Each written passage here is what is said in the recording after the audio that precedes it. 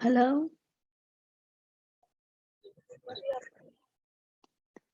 Yes, ma'am.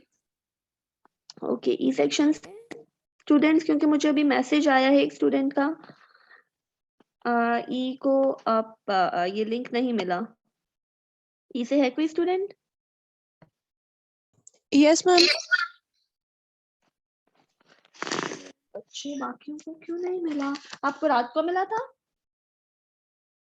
मेरे पास तो आ रहा है फार्माकोलॉजी लेक्चर के लिए।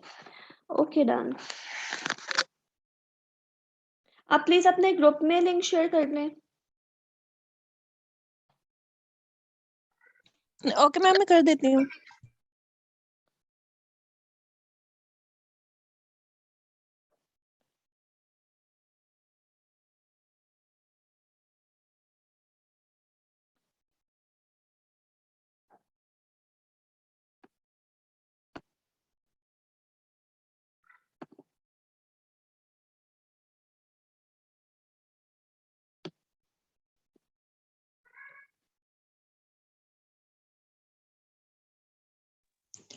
मैम ग्रुप में प्राइवेसी लगी हुई है, सिर्फ एडमिन सेंड कर सकता है।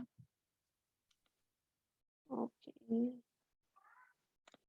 मैं फिर हबीबा को करती हूँ।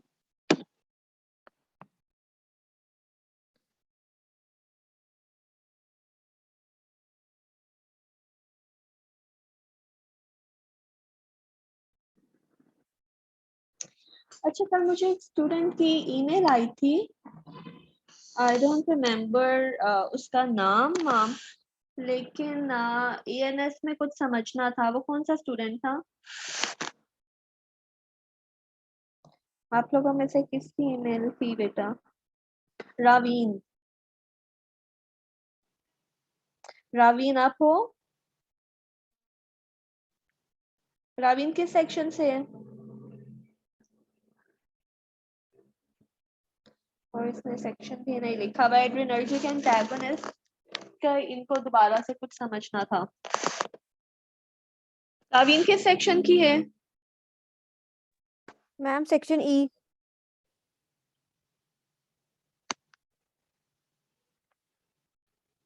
की है रावीन, शी इज देयर। आपको एड्रेनर्जिक का क्या क्या समझना है बच्चे? मैम एड्रेनर्जिक एंटागोनिस्ट वाला लेक्चर। सारा? Complete chapter? Yes ma'am.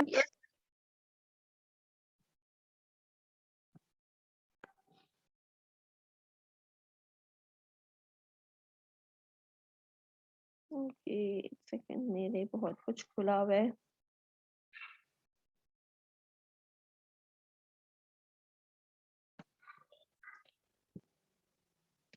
चले, अगर अभी जो है हम लोगों का जल्दी हो गया तो हम अभी देख लेंगे, वरना मैंने आपको जैसे कहा था, आप अपनी एडमिन से एक बार कंसल्ट कर लें। मैंने इसीलिए आप लोगों को पहले पूछा था, तीन लेक्चर्स एनफ है या आपको और चाहिए? मैम मैंने मिस कायनात को मेल की थी और उन्होंने कहा था कि ये रिसोर्स पर्सन पे डिपेंड करता है, वो अपनी किसी भी फ्री स्लॉट में अरेंज कर सकती हैं। अच्छा, मैं आजकल लीव पे हूँ, आपको पता है, और आप उनसे कहें कि मुझे एक ईमेल ड्रॉप कर दें कि स्टूडेंट्स को इशू है और स्टूडेंट्स एक एक्स्ट्रा लेक्चर चाहते हैं मुझसे, और मेरे डीन को साथ में सीसी कर दें। ओके ठीक है? मैम। मैंने 3 लेक्चर के लिए एचआर को और अपने डीन को रिक्वेस्ट भेजी थी। अब मैं चौथा लेक्चर नहीं रखवा सकती। आपकी जो है कोऑर्डिनेटर या आपका डिपार्टमेंट, वो मुझे एक ईमेल कर दें, साथ में हमारी कोऑर्डिनेटर को और हमारे डीन को सीसी में रख दें, ताकि उनको पता हो कि ये लेक्चर जो है ये स्टूडेंट्स की तरफ से एक रिक्वेस्ट है। ठीक है? ओके अच्छा, मैम।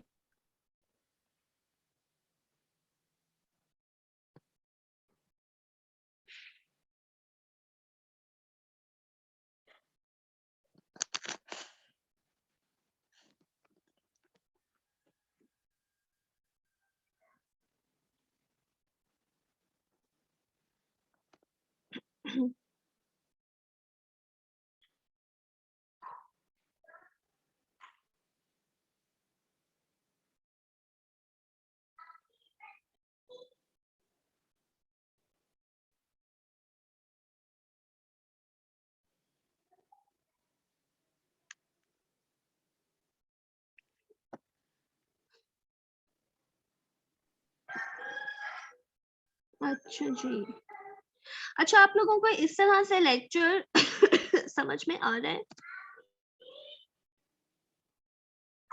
जैसे हम आजकल कर रहे हैं?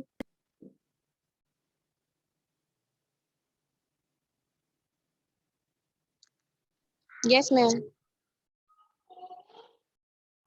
Yes ma'am.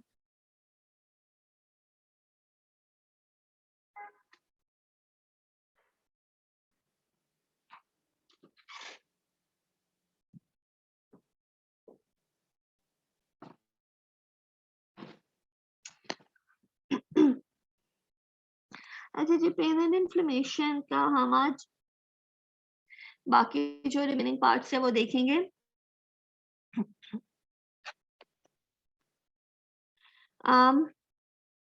रूमेटॉइड आर्थराइटिस, आप लोगों में से किसी को पता है व्हाट इज रूमेटॉइड आर्थराइटिस? और ऑब्वियसली आप लोग डीपीटी के भी स्टूडेंट्स हैं, you guys would better know. अच्छा एक बात आप याद रखें, जब भी किसी कंडीशन के आगे आईएस आता है ना, दैट मींस ये इन्फ्लेमेशन है। पेनक्रियाटाइटिस, पेनक्रियास की इन्फ्लेमेशन। तो किसी भी चीज के साथ अपेंडिटाइटिस, नहीं अपेंडिक्स को क्या कहते हैं, एनीहाउ किसी भी चीज के एंड में आईएस आ जाए विच मींस कि ये इन्फ्लेमेशन है। Arthritis, inflammation of joint. Rheumatoid arthritis में क्या होता है? Sorry, it's an autoimmune and inflammatory disease which causes painful swelling in the infected part of the body. RA mainly attack the joint, usually many joint at once. इसकी जो warning signs हैं, as you can see, fatigue, slight fever, weight loss, stiffness. Stiffness जो है ये particularly उस joint की होती है जिसमें रूमेटॉइड आर्थराइटिस हो रहा हो। अब जरूरी नहीं एक वक्त में एक जॉइंट में ही रूमेटॉइड हो रहा हो। बेसिकली जो आरए स्टार्ट होता है वो जैसे जैसे एज प्रोग्रेस होती है वैसे वैसे स्टार्ट होता है, और इसके अर्ली साइंस जो है वो कंधों में अपीयर होते हैं, शोल्डर जॉइंट्स में। फटीग इसका सबसे इंपॉर्टेंट और सबसे अर्ली साइन है। जल्दी थक जाते हैं कंधे, आपने अक्सर नोट किया होगा कि फीमेल्स का क्या है, कंधे दुख रहे हैं। मतलब हमारे घर में जो अम्मियां हैं, नानियां, दादी हैं, दे ऑफन कंप्लेन कि हमारे कंधे दुख रहे हैं, और हम में से कोई भी ये नहीं करता कि हम उनका आरए फैक्टर करवा लें, क्योंकि उस एज में जाके रूमेटॉइड आर्थराइटिस है, that is a very common condition जो हो जाती है। इसमें वेट लॉस होता है, और हम क्या कहते हैं कि चूंकि अभी एज प्रोग्रेस हो रही है, खाना नहीं खाया जाता, इस वजह से वेट लॉस हो रहा है। बट एक्चुअली क्या होता है, आरए फैक्टर उनमें जनरेट हो रहा होता है, रूमेटॉइड आर्थराइटिस उनमें ज्यादा बढ़ रहा होता है। जिस जॉइंट में हो रहा है वो स्टिफ हो जाता है, joint tenderness is very common, and obviously जब टेंडर रहेगा then there is joint pain, and if that is arthritis it has to get swollen and redness. अब एज जो ये जो है कैसे आर्थराइटिस प्रोग्रेस होता है, इसकी स्टेजेस कितनी हैं? फर्स्टली अर्ली आर्थराइटिस होता, रूमेटॉइड आर्थराइटिस होता है जिसमें जस्ट फटीग होती है, पेशेंट को ऐसे लगता है कंधे खिंच रहे हैं, और वेट लॉस। इवेंचुअली स्टेज 2 में एंटीबॉडीज डेवलप होती हैं, और जो स्वेलिंग है वो ज्यादा परसिस्ट हो जाती है। स्वेलिंग जो है वो आप कह लें जो डीपर है वो पेनिट्रेट कर जाती है। मोर सिम्टम्स अपीयर होते हैं जिनमें स्टिफनेस होती है, फीवर होता है, एंड फाइनली स्टेज 4 में जॉइंट्स जो हैं वो फ्यूज हो जाते हैं। There was a figure,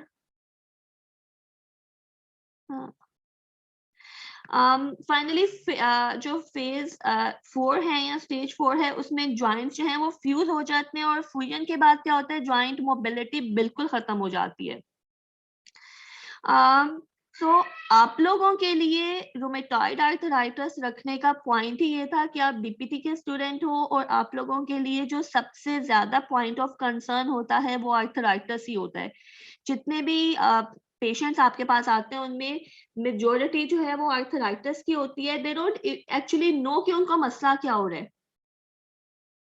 but उनको आर्थराइटिस है। आपको एज अ प्रोफेशनल आपको क्या लगता है कि कोई पेशेंट आपके पास आया है, वो कह रहा है मुझे फैटीग है, मेरे कंधे खिंचे हुए हैं, मेरा वजन लूज हो रहा है, या फिर कंधे हिलते नहीं है, तो आप एज अ प्रोफेशनल सबसे पहले क्या कहोगे? बस ऐसे ब्लाइंडली कह दो कि आपको रूमेटॉइड आर्थराइटिस है, या आपको कोई टेस्ट करवाना चाहिए, या आपको कोई एग्जामिन करना चाहिए उसके लिए? आरए के मैम लिए जी मैम आरए को डायग्नोस करने के हमारे पास 7 हमारे पास उसके होते हैं क्राइटेरिया, जिसमें से अगर 4 पॉजिटिव है तो हम इसको कह सकते हैं कि आरए है हमारे पास, जिसमें से एक आरए एग्जैक्टली वो फैक्टर का क्या थे? टेस्ट। मैम उसमें 3 जॉइंट इन्वॉल्वमेंट होना जरूरी है, उसमें बाईलैटरल जॉइंट इन्वॉल्वमेंट होना जरूरी है, आरए फैक्टर पॉजिटिव होना जरूरी है, इसी तरह से।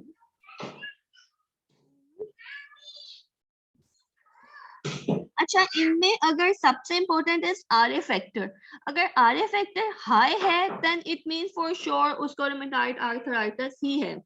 सो विद ऑल अदर जो इसके लिए टेस्ट हैं, आरए फैक्टर इज मस्ट, कि अगर बाकी तो 3 पॉजिटिव हैं लेकिन आरए फैक्टर नेगेटिव है, विच मींस कि या तो प्रोग्रेशन हो भी नहीं है आरए की अभी इतनी, या फिर आरए है ही नहीं, अनलेस आपका आरए फैक्टर जो है वो हायर अमाउंट में जाए, हायर लेवल्स में जाए।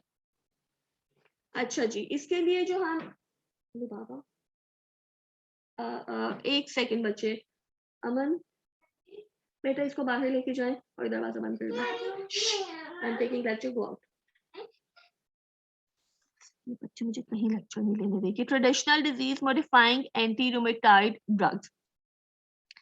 अच्छा, इसके लिए हम 2 थेरेपीज यूज करते हैं, एक ट्रेडिशनल डिजीज मॉडिफाइंग है, एक बायोलॉजिकल मॉडिफाइंग एजेंट्स होते हैं। इनमें डिफरेंस क्या होता है? जो ट्रेडिशनल डिजीज मॉडिफाइंग ड्रग्स हैं उनमें तो हम ड्रग्स ही देते हैं, ऑब्वियसली आपको पता है व्हाट आर द ड्रग्स। लेकिन जो डिजीज मॉडिफाइंग एजेंट्स हैं उनमें हम मोनोक्लोनल एंटीबॉडीज देते हैं, उनमें जो हम एडमिनिस्टर करते हैं drug, these are particularly antibodies, जो मोनोक्लोनल एंटीबॉडीज होती हैं। और मोनोक्लोनल एंटीबॉडीज क्या होती हैं? मोनोक्लोनल एंटीबॉडीज जो है वो खुद से क्लोन की जाती हैं लैब में, प्लस वो किसी एक फैक्टर से, किसी एक चीज से क्लोन की जाती है, that is why they are called monoclonal.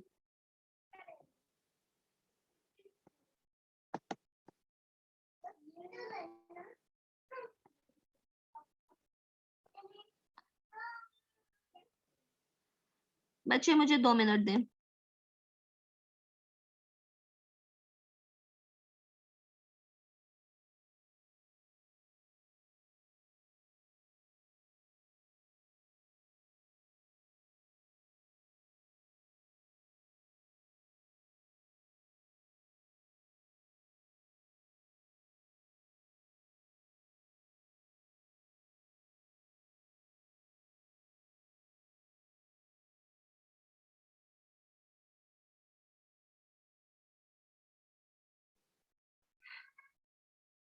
Ji, traditional disease modifying anti rheumatic drugs, इसमें जितने भी ड्रग्स हैं वो आप जैसे देखिए मेथोट्रेक्सेट, एमटीएक्स इसको कहते हैं, और ये सबसे ज्यादा पोटेंट और सबसे ज्यादा इफेक्टिव ड्रग है for rheumatoid arthritis, but actually this is not for RA.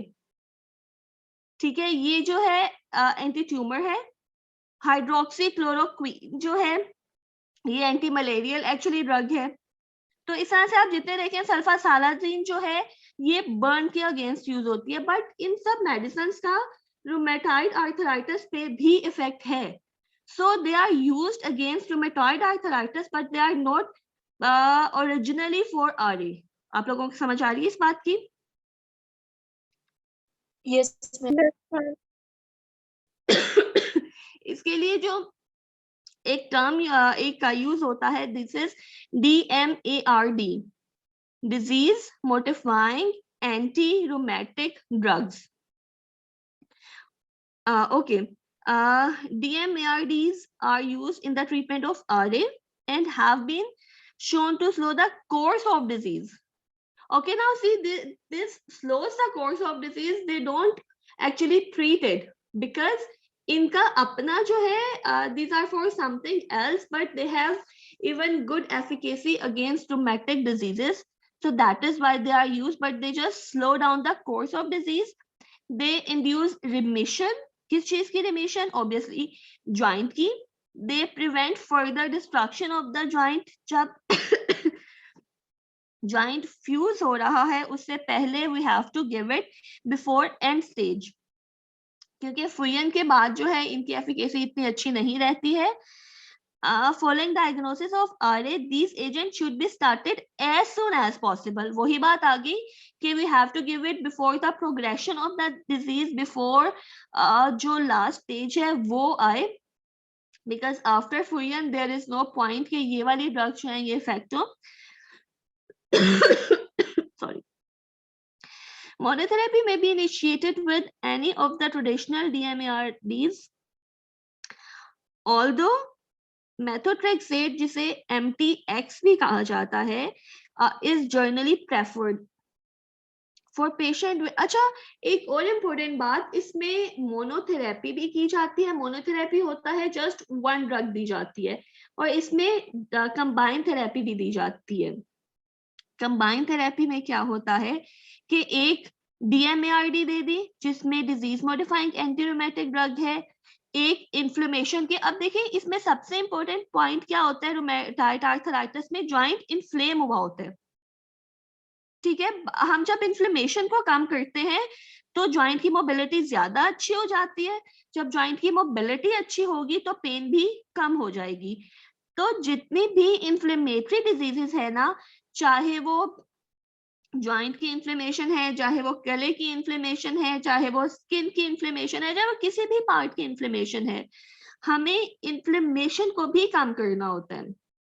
तो इन्फ्लेमेशन को कम करने के लिए जो सबसे अच्छे एजेंट हैं वो है ग्लूकोकॉर्टिकॉइड्स, जो सॉरी ग्लूकोकॉर्टिकॉइड्स हैं. They are very good for inflammation, तो हम ग्लूकोकॉर्टिकॉइड भी इनके साथ दे सकते हैं. लास्ट लेक्चर में हमने पढ़ा था NSAID, non steroidal anti inflammatory drugs. हम इन्फ्लेमेशन को कम करने के लिए वो भी दे सकते हैं. और हमने लास्ट लेक्चर में देखा था कि जो NSAIDs हैं वो पेन को भी कम करते हैं, वो इन्फ्लेमेशन को भी कम करते हैं, और कुछ हद तक उनका फीवर पे भी असर है, अगर आप लोगों को याद हो. और अभी पिछली स्लाइड में हमने क्या देखा था, रूमेटॉइड आर्थराइटिस में पेशेंट को फीवर भी हो जाता है, पेशेंट के जॉइंट स्वेल भी हुए हैं, पेशेंट को पेन भी है. एंड वी नो ये तीनों जो पैरामीटर्स हैं ये कवर करती है NSAID. So this is for this particular disease हम कंबाइन थेरेपी में MTX के साथ या हाइड्रोक्लोरोक्वीन के साथ NSAID दे देते हैं. NSAID नहीं देनी, पेशेंट की कंडीशन ऐसी है, पेशेंट अगर किडनी पेशेंट है, हम NSAID क्यों नहीं देंगे. ठीक, आप लोग मुझे बताएं, NSAID जब तीनों बीमारियों, तीनों सिम्टम्स को सबसाइड कर रही है, तो हम NSAID की जगह ग्लूकोकॉर्टिकॉइड क्यों देंगे. मैम NSAID जो है ना वो COX-1 और COX-2 दो तरह के पाथवे इफेक्ट करती है. तो मैम वो जो COX-1 को अगर इनहिबिट करेगी तो उसकी वजह से जो गट की लाइनिंग है और किडनी पे उसके बैड इफेक्ट्स आते हैं, तो इस वजह से उसको प्रिवेंट करने के लिए नहीं दिया जाता. तो हम पेशेंट को रेनल डिसफंक्शन के चांसेस होते हैं. एग्जैक्टली. और अगर कोई पेशेंट पहले से ही कॉम्प्रोमाइज पेशेंट है जिसकी किडनी खराब है, या कोई पेशेंट है जिसे स्टमक में अल्सर हुआ है, वो पेशेंट आए हैं, उस पेशेंट को हम NSAID नहीं दे सकते. ठीक है, अगर कोई पेशेंट वैसे आया है जिसका स्टमक ठीक है, स्टमक लाइनिंग ठीक है, जिसका किडनी ठीक है, जो वैसे हेल्दी है, सिर्फ उसको आर्थराइटिस है, तो हम उसको सेफली NSAID दे सकते हैं. उसके साथ क्या है, हमें NSAID लॉन्ग टर्म देनी है, क्योंकि ऑब्वियसली आर्थराइटिस एक दिन का ट्रीटमेंट नहीं मांगती है, हमें लॉन्ग टर्म ट्रीटमेंट देना है. तो हम लोग उसको साथ में स्टमक को प्रोटेक्शन के लिए दे देते हैं, जैसे ये ओमेप्राजोल है, लाइजेक कैप्सूल होता है. राइट हम उसको साथ में ये दे देते हैं। And by the way this is also important viva question कि एनसेड से प्रोटेक्ट करने के लिए कौन सी ड्रग या क्या दी जाती है।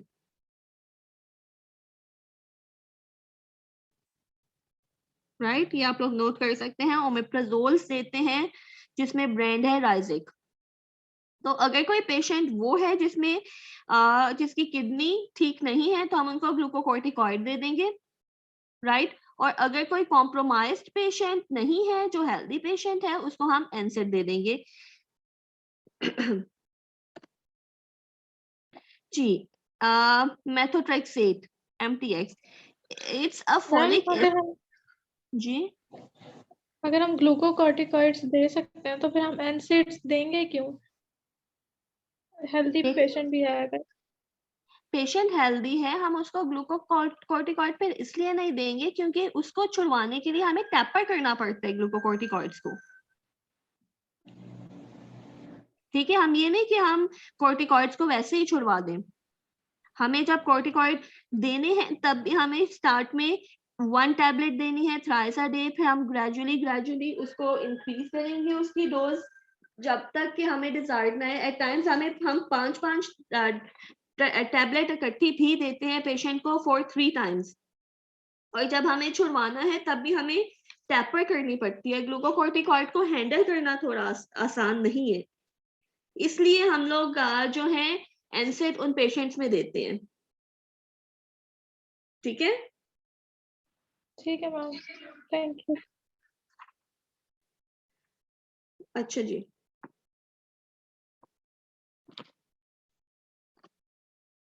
methotrexate it's a folic acid antagonist that inhibits cytokine production and purine nucleic acid biosynthesis। ठीक है एक्चुअली ये फॉलिक एसिड को एंटागोनाइज करता है। जब वो फॉलिक एसिड का एंटागोनिस्ट है तो इसने फॉलिक एसिड की प्रोडक्शन को ऑब्वियसली रोकना है, इसने फॉलिक एसिड को एंटागोनिज्म देना है। प्यूरिन न्यूक्लियोटाइड की बायोसिंथेसिस को रोकता है which lead to immunosuppressive and anti-inflammatory effect। अब यहाँ पे देखिए अगर ये इम्यूनोसुप्रेशन कर रहा है तो आप लोगों को क्या लगता है कि MTX के साथ कोई एक ऐसी कंडीशन हो सकती है जो पेशेंट के लिए सीरियस भी हो सकती है? अगर इम्यूनोसुप्रेशन होगा तो क्या होगा? एनीमिया हो सकता है अगर फॉलिक एसिड कम हो रहा है तो इम्यून सिस्टम वीक हो जाएगा। एग्जैक्टली इम्यून सिस्टम वीक होगा। फॉलिक एसिड से तो एनीमिया होएगा लेकिन इम्यूनोसुप्रेशन से इम्यून सिस्टम वीक होगा और जब इम्यून सिस्टम वीक होगा तो किसी भी माइक्रोब की एंट्री आसान होगी, उसको डिजीज आसानी से हो जाएगी। कोई भी बैक्टीरिया उसको इजीली इन्फेक्ट कर सकते हैं। बैक्टीरिया इजीली कर सकते हैं, डिजीज आसानी से नहीं हो जाएगी, इन्फेक्शन आसानी से हो जाएगी। These are 2 different things. Disease जो है वो हमारी बॉडी के पार्ट की मेल फंक्शनिंग से भी हो सकती है लेकिन इन्फेक्शन जो है ये माइक्रोब से होती है। तो इम्यूनोसुप्रेशन से इन्फेक्शन हो सकती है, पेशेंट ज्यादा प्रोन होता है कि वो इन्फेक्शन को कैच कर ले। It has become a mainstay of treatment in patient with RA, but इसका रिस्पॉन्स जो है वो 3 to 6 वीक्स में आता है। 3 to 6 वीक्स में क्यों आता है इसका ट्रीटमेंट? बिकॉज जब तक एक ब्लड में इसकी कंसंट्रेशन डेवलप नहीं होती, जब तक एक प्लाज्मा कंसंट्रेशन अचीव नहीं होती, ये अपना इफेक्ट नहीं देता और इसकी प्लाज्मा कंसंट्रेशन अचीव होने में 3 से 6 वीक्स लगते हैं। अब कैसे पता चलेगा किस पेशेंट में 3 वीक्स लगे हैं, किस पेशेंट में 6 वीक्स लगे हैं? कैसे पता चलेगा? जिन पेशेंट में जो है एंटागोनिज्म क्विकली हो जाएगा, जिन पेशेंट में इसकी मेटाबॉलिज्म जो है इतने क्विक नहीं है, जिन पेशेंट्स में उनमें ऑब्वियसली ये एक्यूमुलेट होती रहेगी और मिनिमम 3-4 वीक्स में आराम से वो प्लाज्मा कंसंट्रेशन अचीव हो जाएगा। लेकिन अगर इसकी मेटाबॉलिज्म क्विकली हो रही है, लाइक इसके साथ कोई ऐसी मेडिसिन ले रहे हैं जो इनहिबिटर है एंजाइम्स के, तब क्या होगा? इसकी मेटाबॉलिज्म स्लो होती जाएगी, उसकी वजह से 5 to 6 वीक्स लग सकते हैं। सो 3 to 6 वीक्स एक लंबा गैप है, ये किस चीज पे डिपेंड करता है कि पेशेंट को और कौन सी कंडीशंस है, मेटाबॉलिज्म ड्रग की कितनी हो रही है और प्लाज्मा कंसंट्रेशन कितनी देर में अचीव हो रही है MTX के लिए।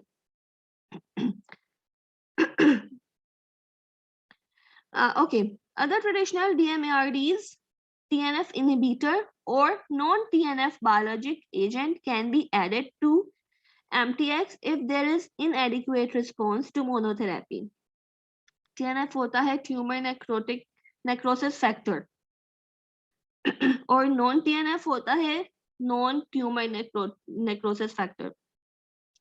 ये क्या होता है? ये बायोलॉजिकल एजेंट्स हैं, जैसे मैंने आपको बताया था, कुछ होते हैं ट्रेडिशनल डिजीज मॉडिफाइंग एंटीरूमेटिक ड्रग और कुछ होते हैं बायोलॉजिकल एजेंट्स। जो बायोलॉजिकल एजेंट होते हैं वो होते हैं वो एजेंट जो एक स्पेसिफिक स्टेप पे जाके एक्ट करते हैं।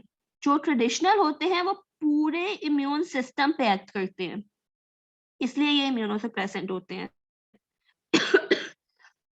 DMARDs जो है ये पूरे इम्यून सिस्टम को वीक करती है, जबकि बायोलॉजिकल एजेंट्स जो हैं ये किसी एक स्पेसिफिक स्टेप इम्यून सिस्टम के उसको इफेक्ट करती है। और जो TNF इनहिबिटर और नॉन TNF इनहिबिटर हैं ये बायोलॉजिकल एजेंट्स हैं। हम ट्रेडिशनल ड्रग्स के साथ बायोलॉजिकल एजेंट को भी कंबाइन करके दे सकते हैं। उसका फायदा क्या होगा? एक तरफ तो पूरा इम्यून सिस्टम वीक हो जाता है जिससे एंटी इन्फ्लेमेटरी इफेक्ट आता है, दूसरी तरफ पर्टिकुलर स्टेप्स भी इनहिबिट होते हैं जिससे डबल सिनर्जिस्टिक इफेक्ट मिलता है।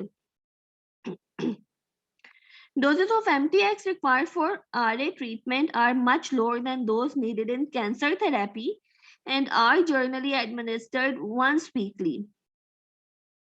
कैंसर थेरेपी कहाँ से आ गई? बिकॉज MTX ओरिजिनली क्या है? ट्यूमर के अगेंस्ट यूज होती है, एंटी कैंसर ड्रग है। लेकिन अगर हम इसको RA के अगेंस्ट दें तो इसकी हमें लोअर डोजेस लेनी पड़ती हैं। कैंसर में हम इसकी हायर डोजेस देते हैं। अब देखिए हम इसकी लोअर डोजेस दे रहे हैं RA के लिए। अब लोअर डोज को जब एक प्लाज्मा कंसंट्रेशन डेवलप करना है तो उसको टाइम दिनों में चाहिए या हफ्तों में चाहिए होगा? हफ्तों में। एग्जैक्टली इसीलिए इसका जो रिस्पॉन्स है 3 to 6 वीक्स लेता है स्टार्ट होने के लिए, क्योंकि हम इसकी लो डोजेस देते हैं। एडमिनिस्टर्ड वंस वीकली, एक और पॉइंट आ गया, हमने वीक में एडमिनिस्टर भी इसको वंस करनी है, thereby minimizing adverse effect। एक तो हम इसको वीक में एडमिनिस्टर वंस कर रहे हैं, दूसरा हम इसकी लो डोजेस दे रहे हैं, तीसरा अगर बाकी फैक्टर्स हैं जैसे मेटाबॉलिज्म है स्लो है, एक्सक्रीशन है वो फास्ट है, उन फैक्टर्स की वजह से भी प्लाज्मा कंसंट्रेशन अचीव होने में टाइम लगेगा। फॉर ऑल दोज रीजंस इसके जो इफेक्ट है वो 3 से 6 वीक्स लेता है। Common adverse effect of MTX when used for RA are mucosal ulceration and nausea।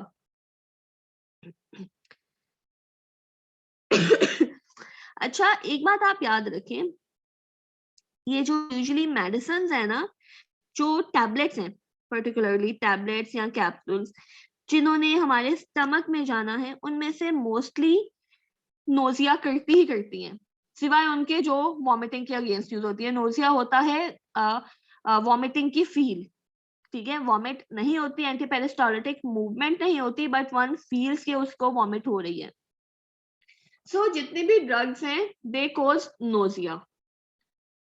साइटोपिनियाज होते हैं, cirrhosis of liver, and it can even lead to acute pneumonia like syndrome। Periodic liver function test, complete blood monitoring for sign of infection are recommended। ये किस लिए recommend की जाती हैं सब test? Liver function test इसलिए क्योंकि एक तो ये बहुत पोटेंट ड्रग है, लीवर से मेटाबोलाइज होती है और ये लीवर फंक्शन को डिस्टर्ब कर सकती है अगर हम इसकी थोड़ी सी भी हाई डोज दें। तो लीवर की मैल फंक्शनिंग को बचाने के लिए MTX के साथ लीवर फंक्शन टेस्ट करवाना जरूरी है। कंप्लीट ब्लड काउंट क्यों करवाते हैं? मैम क्योंकि ये फॉलिक एसिड को कम कर रही है, ब्लड सेल्स बन रहे हैं या नहीं बन रहे उसके चेक करने के लिए। तो हम इसके लिए HP करवा सकते हैं, हम इसके इसके लिए आयरन करवा सकते हैं, फॉलिक एसिड का टेस्ट करवा सकते हैं। हम CBC क्यों करवाएंगे? मैम क्योंकि अभी आपने बताया ल्यूकोपीनिया भी होता है, तो इसलिए। लिकोपीनिया भी होता है, और लिकोपीनिया भी होता है तो हम सिर्फ WBC करवाएं, हम पूरा कंप्लीट Destroy ब्लड काउंट कर रही है। करवाएं। ब्लड सेल्स को डिस्ट्रॉय कर सकती है अगर हाई डोजेस हो। एंड मैम कोई ये इन्फेक्शन तो नहीं हो गई इन्फेक्शन को चेक करने के लिए? और इन्फेक्शन को क्यों होगी? क्योंकि ये इम्यूनोसप्रेसिव है। जब कोई इम्यूनोसप्रेसिव होता है तो उसके लिए ये डिफरेंशियल्स करवाना जरूरी होता है ब्लड के, ठीक है, जिसमें न्यूट्रोफिल्स आते हैं, जिसमें ये सारे डिफरेंशियल्स आते हैं, कंप्लीट ब्लड काउंट। और ये फॉलिक एसिड एंटागोनिस्ट है। अभी आप लोगों ने बताया कि फॉलिक एसिड को डिटरमिन करने के लिए ऑब्वियसली उसके लिए भी हम करवाते हैं। इम्यूनोसप्रेसेंट है तो ये WBCs को भी इफेक्ट कर सकता है, उसके लिए भी हम करवाते हैं। और इन्फेक्शन के साइन को ऑब्वियसली चेक करने के लिए कि इसने इन्फेक्शन तो नहीं किया, CBC भी इसके लिए इम्पोर्टेंट है। और मॉनिटर भी करते हैं science of infection. And this is contraindicated in pregnancy. इसे कहते हैं कैटेगरी X, हाइड्रोक्सीक्लोरोक्वीन। अच्छा, इसमें आप लोगों को जो RA के अगेंस्ट ड्रग्स हैं उसमें ये पता होना चाहिए कि ओरिजिनली ये मेडिसिन या ये ड्रग यूज होती है। जैसे MTX जो है ये एंटी कैंसर ड्रग है, सो यू शुड नो कि है ये anti cancer, but it has role in RA as well. अब हाइड्रोक्लोरोक्वीन जो है ये एंटी मलेरियल है। This is used for early mild RA and may be combined with methotrexate. Not only hydroquine, but जितनी भी traditionally modifying drugs हैं, they are used in early stages. Its mechanism of action in autoimmune disorder is unknown, and onset may take 6 weeks to 6 months. अभी ये क्यों होती है? Science still ये try कर रही है जानने के लिए, because it's mechanism of action, इसकी जो फार्माकोडायनामिक्स है वो अननोन है। सो अगर आप लोगों को हाइड्रोक्लोरोक्विनीन का RA के अंदर फार्माकोडायनामिक्स आए, then you have to write this is unknown. This is pharmacodynamic system. Hydroxychloroquine has less adverse effect on liver and immune system than other MARDs. What does it mean? अगर इसका liver पे या immune system पे less adverse effect है तो ये drug of choice हो सकती है? ऑब्वियसली हो सकती है। इसको हम प्रेफर कर सकते हैं बेस्ड ऑन इम्यून सिस्टम। अगर कोई पेशेंट है जिसका इम्यून सिस्टम पहले से खराब है, या एक पेशेंट है जो लिवर कॉम्प्रोमाइज्ड है और उसको रूमेटॉइड आर्थराइटिस भी हो गया है, तो हम उसको क्लोरोक्वीन सेफली दे सकते हैं। However, it may cause ocular toxicity, eye toxicity including irreversible retinal damage and corneal deposits, CNS disturbance, GI upset. GI upset, so you can write in anything, in any drug, and skin discoloration and eruption. Glucocorticoids. These are potent anti-inflammatory drugs that are commonly used in patients with RA to provide symptomatic relief and bridge the time until other DMARDs become effective. So this is important कि ये treatment नहीं देती glucocorticoid और NSAID, ठीक है। हमने NSAID भी glucocorticoid के साथ देखा था, ये ट्रीटमेंट नहीं है, ये सिर्फ सिम्टम्स को कम करती है। और कौन से सिम्टम्स को कम करती है? इन्फ्लेमेटरी सिम्टम को कम करती है। जब इन्फ्लेमेशन कम होगी तो पेन भी सबसाइड होगी। सो अल्टीमेटली पेन को सबसाइड करने के लिए, इन्फ्लेमेशन को कम करने के लिए और जॉइंट की मोबिलिटी को बढ़ाने के लिए ग्लूकोकॉर्टिकॉइड्स यूज होते हैं। अच्छा जी, glucocorticoid should always be used at the lowest dose and for the shortest duration possible. Why lowest dose? Lowest dose पे हम क्यों glucocorticoids use करें? मैम शायद ये बॉडी में खुद भी बनते हैं इसलिए। No. क्या होता है? मैम शायद ये पोटेंट होते हैं इसलिए कम डोज पे भी एक्शन दे देते हैं। और कोई? एंटी इंफ्लेमेटरी ड्रग है ना, पोटेंट तो होते हैं ये बहुत, नो डाउट। मैम ये स्टीरॉइड्स होते हैं? बिल्कुल स्टेरॉइड्स होते हैं, ग्लूकोकोर्टिकॉइड्स। स्टेरॉइड तो बेटा दो तरह स्टीरॉइड के होते हैं, एक होते हैं एनाबोलिक, एक होते हैं कोर्टिकॉइड्स। जो एनाबोलिक होते हैं ये जो बिल्डर्स यूज करते हैं, जो बॉडी मास को ज्यादा करने के लिए करते हैं, वो एनाबोलिक होते हैं। और जो ग्लूकोकोर्टिकॉइड होते हैं ये स्टेरॉइड ही, but these are for inflammation, these are no doubt steroids. But the question is still there कि इसे लोएस्ट डोज पे क्यों यूज करना है। पोटेंट है, नो डाउट पोटेंट है। जितनी इन्फ्लेमेशन होगी उसके लिहाज से करेंगे। मैम क्योंकि इनको है नहीं होता। जी हमने एक चीज पढ़ी थी मिड से पहले, थेरेप्यूटिक इंडेक्स, याद है आप लोगों को? Yes ma'am. थेरेप्यूटिक इंडेक्स से इसको रिलेट करें।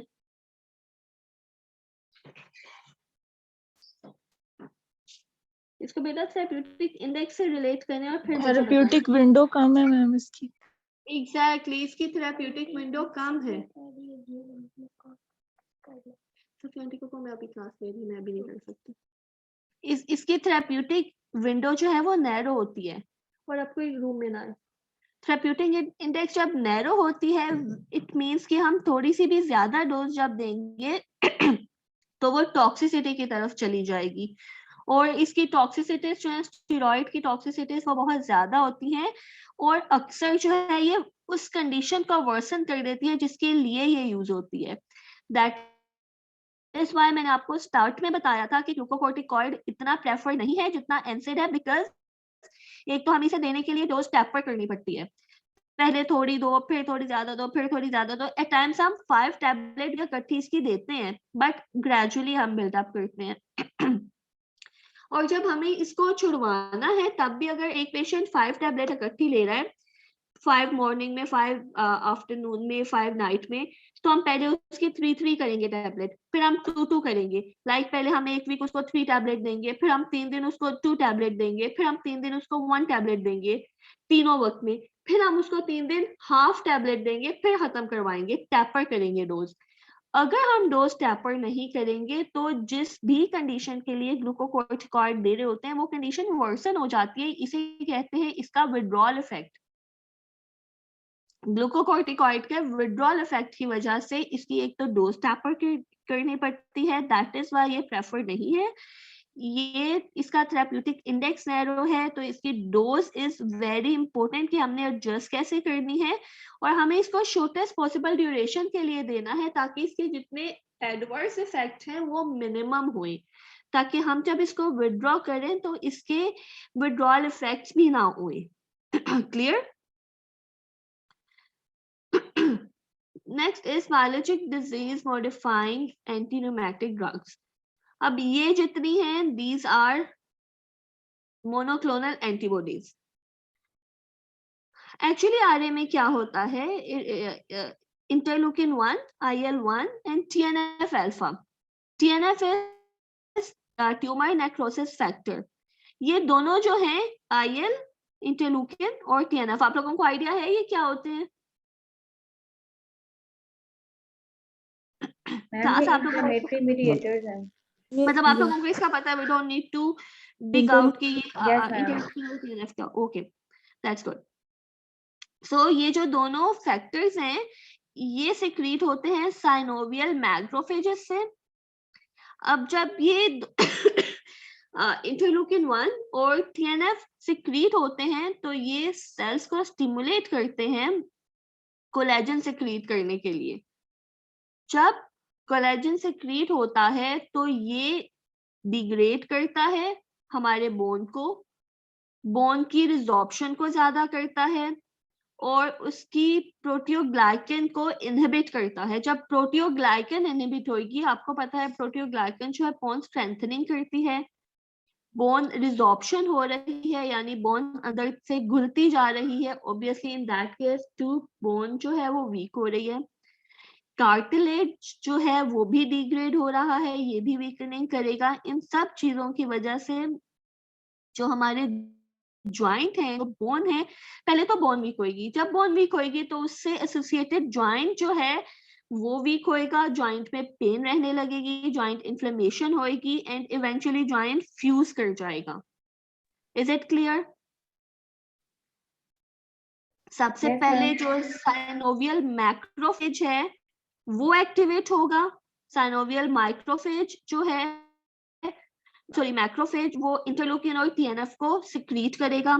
जितनी ज्यादा टीएनएफ सिक्रीट होगी, जितना ज्यादा इंटरलूकिन सिक्रीट होगा, उतने ही ज्यादा साइनोवियल सेल्स जो हैं वो कोलेजनेस को प्रोड्यूस करेंगे।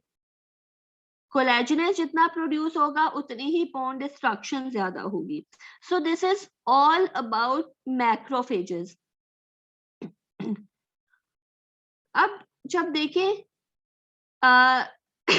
मैक्रोफेज सिक्रीट कर रहा है टीएनएफ अल्फा को और इंटरलूकिन को, तो हम टीएनएफ अल्फा का इनहिबिटर दे सकते हैं, हम इंटरलूकिन के इनहिबिटर दे सकते हैं, ऐसा ही है।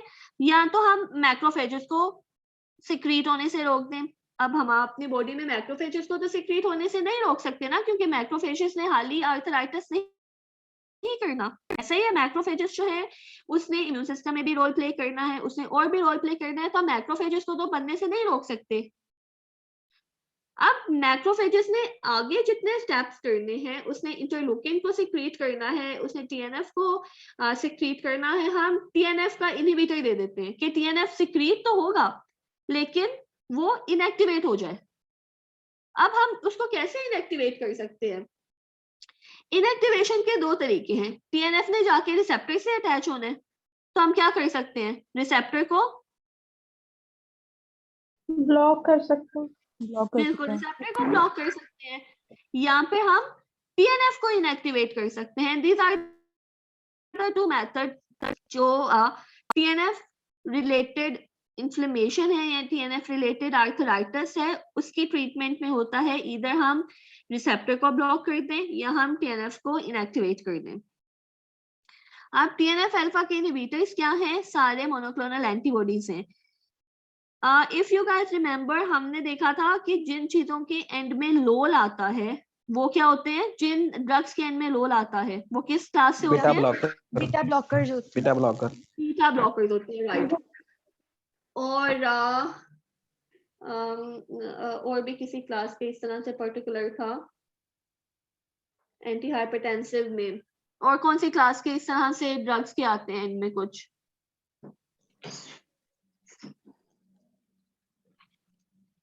AC inhibitor ma'am. AC inhibitor के एंड में क्या होता है? आईएल आता है। प्रेला, एग्जैक्टली आयरा। इसी तरह जो मोनोक्लोनल एंटीबॉडी है उनके एंड में माब आता है। जिन भी ड्रग्स के एंड में माब है they would be monoclonal antibody. Adalimumab, MAB. Every drug which end with MAB that would be monoclonal antibody. So TNF alpha inhibitor are biological DMARDs which have been shown to decrease sign and symptom of rheumatoid arthritis. It reduces progression of structural damage and improve physical function. Clinical response can be seen within 2 weeks of therapy. Sorry. TNF alpha inhibitor are usually employed in RA after a patient has an inadequate response to traditional DMARDs. What does it mean? It means कि अगर disease progress हो भी गई है तब हम biological agents दे सकते हैं, तब हम ट्रेडिशनल मॉडिफाइंग एजेंट्स तो नहीं दे सकते, तब हम MTX या हाइड्रोक्लोरोक्वीन तो नहीं दे सकते क्योंकि डिजीज प्रोग्रेस हो चुकी है और हमारे जो सिस्टम है उसने ट्रेडिशनल डिजीजेस से रिस्पॉन्ड नहीं किया। तब हम उनको क्या दे सकते हैं?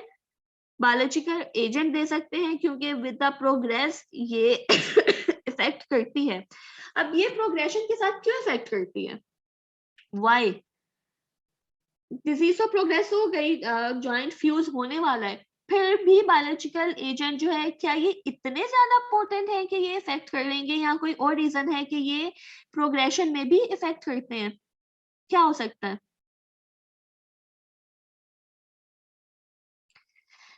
क्या होता है कि डिजीज प्रोग्रेस की है, हमने मोनोक्लोनल एंटीबॉडी दी है, हमने क्या दिया है, एंटीबॉडी। एंटीबॉडी ने हमारे बॉडी को ही स्टिमुलेट करना होता है ना, तो इसलिए दिस इज अ क्लास जो कि प्रोग्रेशन के साथ भी अपना रिस्पॉन्स देती है, because it has to trigger हमारी बॉडी को, प्लस ये एक पर्टिकुलर स्टेप पे जाके ये एक पर्टिकुलर स्टेज को इफेक्ट करती है, ये एक पर्टिकुलर जो इम्यूनोसप्रेशन की एक स्टेजेस चल रही होती हैं, ये एक पॉइंट पे जाके इफेक्ट करती है, पूरे के पूरे सिस्टम को इफेक्ट नहीं कर रही है। तो इसका पूरा जो है वो एक पॉइंट पे जाके इफेक्ट होता है, plus these are antibodies. So that is why ये progression के साथ भी इफेक्ट होती है, and this can be used in combined therapy with the traditional DMARDs। अगर कोई ऐसा पेशेंट है जिसमें आर फैक्टर बहुत ज्यादा है, जिसमें डिजीज इंटेंसिटी बहुत ज्यादा है, तो फिर क्या होता है, हम कंबाइंड थेरेपी दे देते हैं जिसमें बायोलॉजिकल एजेंट्स भी हैं और ट्रेडिशनल एजेंट्स भी हैं। उसका फायदा क्या होता है कि पूरा इम्यून सिस्टम भी सुप्रेस हो गया है और एक पर्टिकुलर जो स्टेज है वो भी सुप्रेस हो गई होती है। So if a patient has failed monotherapy with one TNF alpha inhibitor, a traditional DMARD can be added, or therapy with non TNF biologic agent or a different TNF inhibitor may be tried।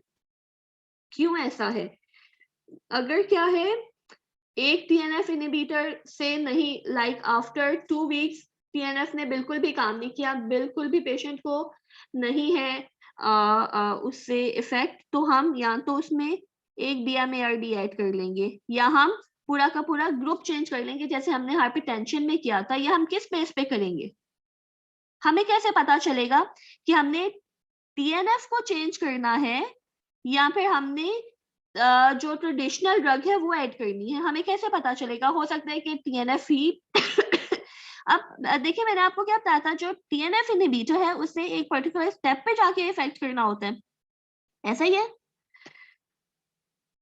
तो हम जो TNF inhibitor दे रहे हैं, हो सकता है वो जिस स्टेप पे इफेक्ट कर रही हो पेशेंट में, वो स्टेज या वो स्टेप ही इफेक्टेड ना हुआ हो, हम उसको गलत इनहिबिटर दे रहे हो। तो हमें कैसे पता चलेगा हमने TNF इनहिबिटर बदलना है या हमने ट्रेडिशनल मेडिसिन ऐड करनी है। how would we get to know? Are you guys there? Ma'am disease की मैम progression में भी के रिस्पॉन्स ना मिल रहा और डिजीज के सिम्टम्स ठीक ना हो रहे हो, रिस्पॉन्स नहीं मिल रहा तो कि हम गलत इनहिबिटर दे रहे हैं।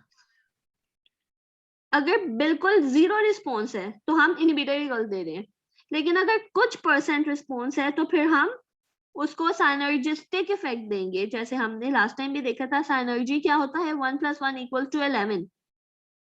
फिर हम साथ में उसको ट्रेडिशनल मेडिसिन दे देंगे, MTX दे देंगे, साथ में हम उसको ग्लूकोकॉर्टिकॉइड भी MTX के साथ ऐड कर सकते हैं, या फिर हम एनसिड भी MTX के साथ ऐड कर सकते हैं। फिर हम उसको साइनर्जिस्टिक इफेक्ट देंगे। लेकिन अगर उसको 0 रिस्पॉन्स मिल रहा है, और ये हमें कैसे पता चलेगा, हम उसका आर फैक्टर भी 2 वीक के बाद पेशेंट का रिपीट करवा सकते हैं। आर फैक्टर उतने का उतना है, तो यहाँ आर फैक्टर बढ़ गया है, विच मीन्स कि ये तो बिल्कुल ही इफेक्ट नहीं किया है, तो हम इन दैट केस TNF की जगह नॉन TNF कर सकते हैं। नॉन TNF इंटरलूकिन आ जाएगा उसमें, या हो सकता है उसमें कोई और कोलेजन की आ जाए, तो which include anything other than TNF alpha inhibitors, right? Okay ji, TNF alpha inhibitors should be used cautiously in those with heart failure, as they can cause worsen pre-existing heart failure. An increased risk of lymphoma and other cancer has been observed with the use of TNF alpha inhibitor. Okay ji, now there is nothing more to explain. या आप लोग shall I read it out, because अब मजीद इसमें कोई point explanation का नहीं है, except that कि ये भी जो एजेंट है ये इम्यून सिस्टम को वीक करते हैं, स्पेशली जब हम इसके साथ ट्रेडिशनल मेडिसिन दें, क्योंकि इन्होंने पूरे इम्यून सिस्टम इम्यूनोसप्रेशन करनी होती है, इम्यून सिस्टम को वीक करना है। तो कोई भी अपॉर्चुनिस्टिक इन्फेक्शन जो है, चाहे वो फंगल है, चाहे वो बैक्टीरियल है, चाहे वो वायरल है, वो कोई भी इन्फेक्शन पेशेंट आराम से कैच कर लेता है। और अगर किसी पेशेंट को हेपेटाइटिस है तो रिकरेंट या रिएक्टिवेशन उसकी ज्यादा इजी होती है। क्यों ज्यादा इजी होती है? क्योंकि एक तो इम्यूनोसुप्रेशन हो रहा है और दूसरा लीवर भी वीक हो रहा है।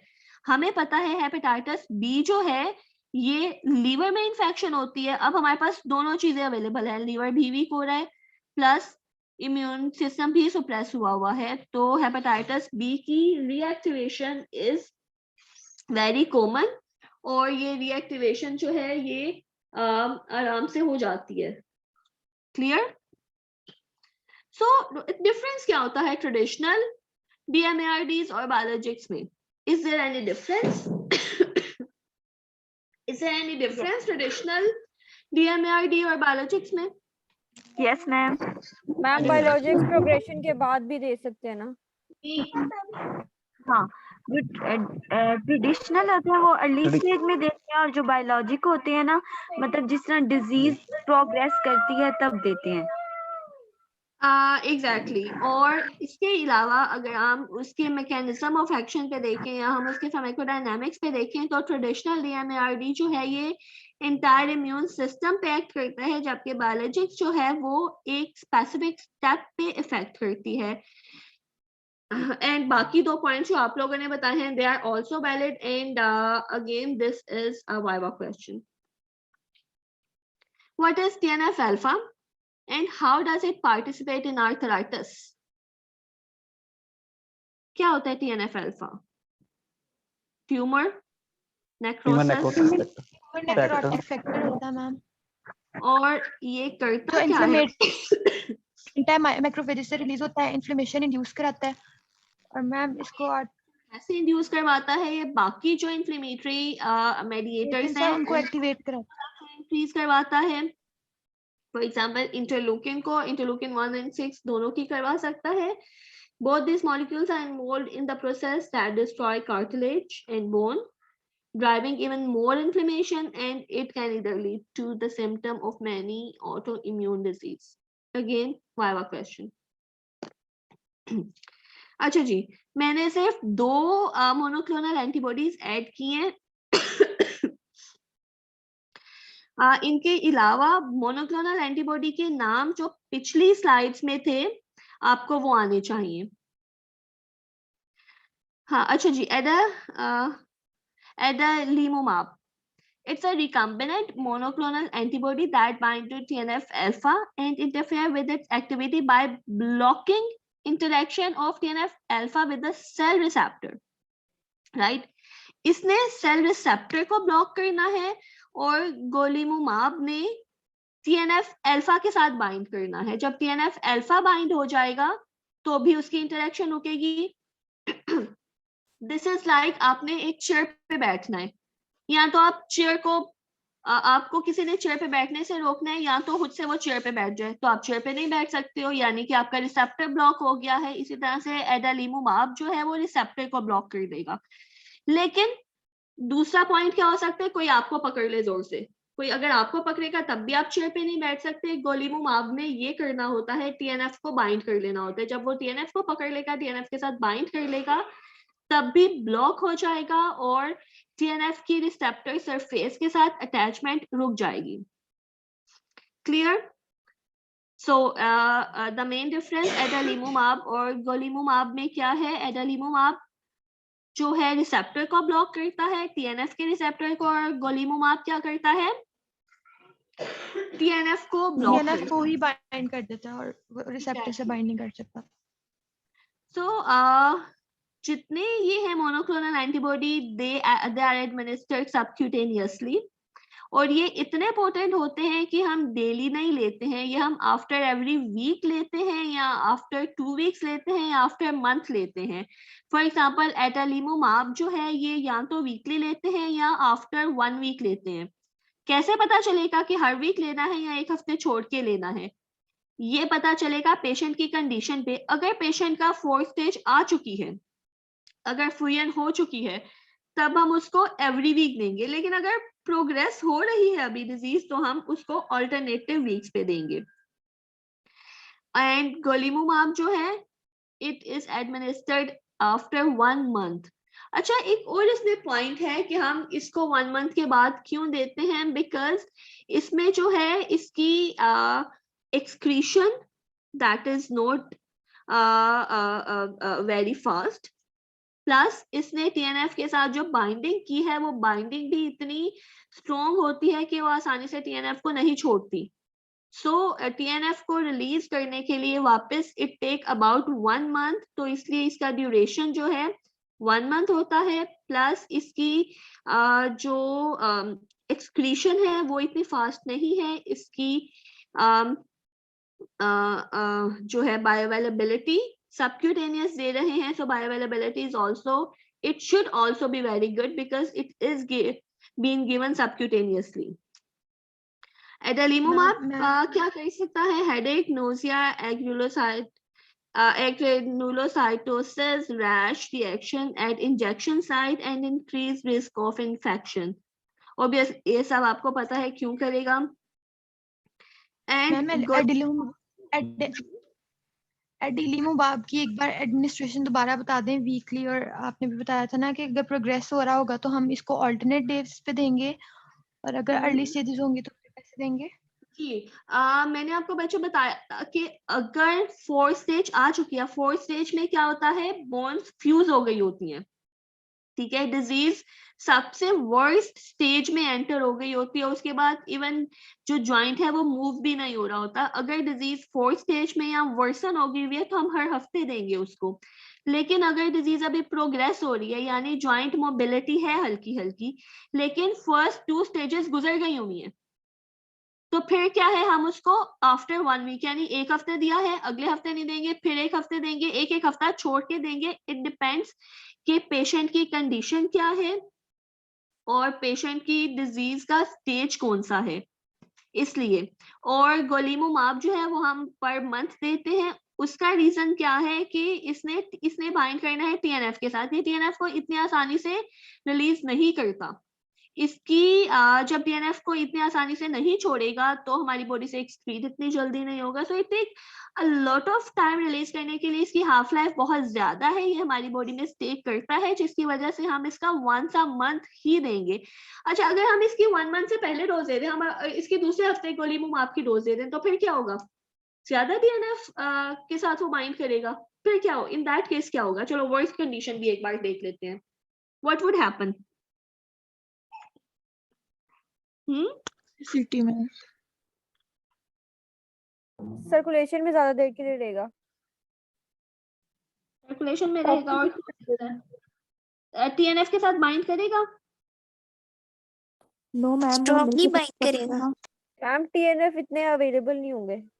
एग्जैक्टली, टीएनएफ तो अवेलेबल ही नहीं होंगे, टीएनएफ को तो पहली डोज से पहले ही हमने 1 डोज दी, टीएनएफ के साथ उसने बाइंड कर लिया। हम अगर 1 हफ्ते के बाद दोबारा दे देंगे ना, टीएनएफ तो फारिग है ही नहीं, दे आर ऑलरेडी ऑक्युपाइड। तो ये गोलीमुमाब क्या करेगा, ये अपने एडवर्स इफेक्ट्स ज्यादा शो कर सकते हैं, बिकॉज उसके पास अब टीएनएफ बाइंड करने के लिए है ही नहीं, इट नथिंग टू डू। सो ये हेपेटिक एंजाइम को ज्यादा कर सकता है, या बाकी जो हैं इसके मोनोक्लोनल एंटीबॉडी के इफेक्ट्स वो शो कर सकता है, अदर देन टीएनएफ। एक्सक्रीट तो ये उसी टाइम पे होगा, इसकी जितनी बायोअवेलेबिलिटी है, जितनी हाफ लाइफ है, उसके बाद ही बॉडी से एक्सक्रीट होगा, बट ये अपने इफेक्ट साइड इफेक्ट ज्यादा शो करेगा। क्लियर, यहां तक क्लियर। नेक्स्ट टॉपिक पे चलें। Yes ma'am. ओके जी, next topic is gout. We have half an hour. Gout क्या होता है, गाउट में हाइपर यूरिसीमिया होता है, सबसे पहले ब्लड में यूरिक एसिड ज्यादा होता है, उस यूरिक एसिड की वजह से सोडियम मोनो यूरेट बनते हैं, सोडियम के यूरिक क्रिस्टल्स बनते हैं, वो यूरिक एसिड के क्रिस्टल्स जो हैं वो आके डिपॉजिट हो जाते हैं जॉइंट में, पर्टिकुलरली टो में, उसकी वजह से टो में इन्फ्लेमेशन होती है, टो की मोबिलिटी कम होती है, टो में पेन होती है, and this whole condition is called as gout. अच्छा जी, एक्चुअली गाउट में होता क्या है कि प्यूरिन्स प्यूरिन कहाँ से आएंगी? प्यूरिन बेसेस होती हैं जो प्रोटीन ज्यादा इनटेक करने से हमारी बॉडी को मिलती हैं। प्रोटीन सबसे पहले ब्रेक डाउन होती हैं प्यूरिन्स में। प्यूरिन्स ब्रेक डाउन होती हैं हाइपोजेंथीन में। अब हाइपोजेंथीन पे एक एंजाइम है ज़ैंथेन ऑक्सीडेज, जब ये एक्ट करता है तो वो ज़ैंथीन में ब्रेक डाउन हो जाती हैं, और ज़ैंथीन पे जब सेम एंजाइम एक्ट करता है तो ये यूरिक एसिड में कन्वर्ट होती हैं। इन शॉर्ट प्रोटीन जो है वो यूरिक एसिड में कन्वर्ट होती है और फिर यूरिक एसिड के क्रिस्टल्स बन जाते हैं। अब ये क्रिस्टल्स न्यूट्रोफिल के अंदर चले जाते हैं, न्यूट्रोफिल उसको इनगल्फ कर लेता है। न्यूट्रोफिल के अंदर होते हैं लिसोसोम। लिसोसोम में क्या करना होता है? फैगोसाइटोसिस करनी होती है इन क्रिस्टल्स की। अगर न्यूट्रोफिल फैगोसाइटोसिस कर लेगा तो क्रिस्टल्स खत्म हो जाएंगे, ऐसे ही होगा। You guys here? Yes, ma'am. Okay. Neutrophil के अंदर लिसोसोम है जिसके अंदर ये क्रिस्टल चले जाएंगे, लेकिन अगर ज्यादा ल्यूकोट्राइन रिलीज होंगे तो न्यूट्रोफिल के अंदर जो लिसोसोम है ये रैप्चर हो जाएंगे। जब लिसोसोम रैप्चर हो जाएंगे तो इसके अंदर जो क्रिस्टल्स हैं वो रिलीज हो जाएंगे। क्रिस्टल रिलीज होके कहाँ आ जाएंगे? ब्लड में आ जाएंगे, और फिर ब्लड से होते होते ये हमारे टो में या जॉइंट में जाके डिपॉजिट हो जाएंगे, और इस डिपोजिशन की वजह से इन्फ्लेमेशन हो जाएगा। Is it clear? Ma'am crystals break होंगे फिर उसके बाद डिपॉजिट होंगे?